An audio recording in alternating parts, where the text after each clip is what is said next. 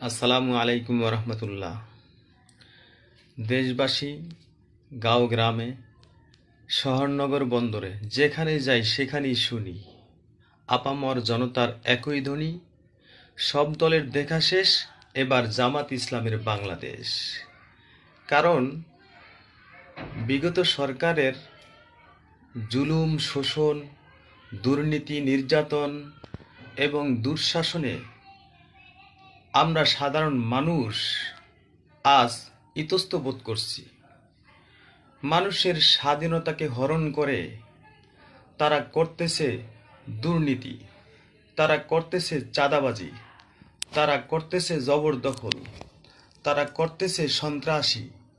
সরকারের প্রভাব দেখিয়ে তারা মানুষের স্বাধীনতাকে কেড়ে নিচ্ছে, বাকরুদ্ধ করে দিচ্ছে, তাদের প্রতি জুলুম করেছে, শোষণ করেছে, অন্যায় অবিচার করেছে।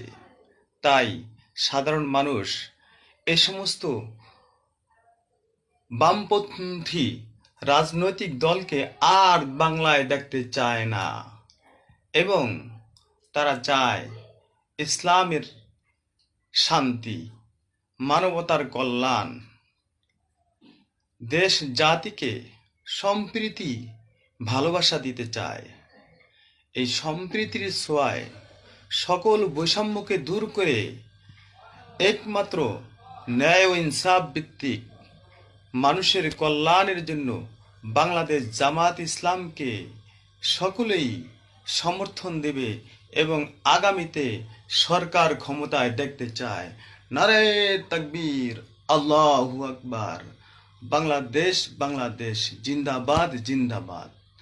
আল কোরআনের আলো সংসদে জালো, আল হাদিসের আলো সংসদে জালো। এই স্লোগানকে বাস্তবায়ন করার লক্ষ্যে এবং আল্লাহর আইন চাই, সৎ লোকের শাসন চাই, এই স্লোগানকে বাস্তবায়ন করার লক্ষ্যে এবার আপামর জনতা মাঠে ময়দানে নামবে এবং গণতন্ত্রের অধিকার রক্ষা করবেই করবে ইনশাআল্লাহ।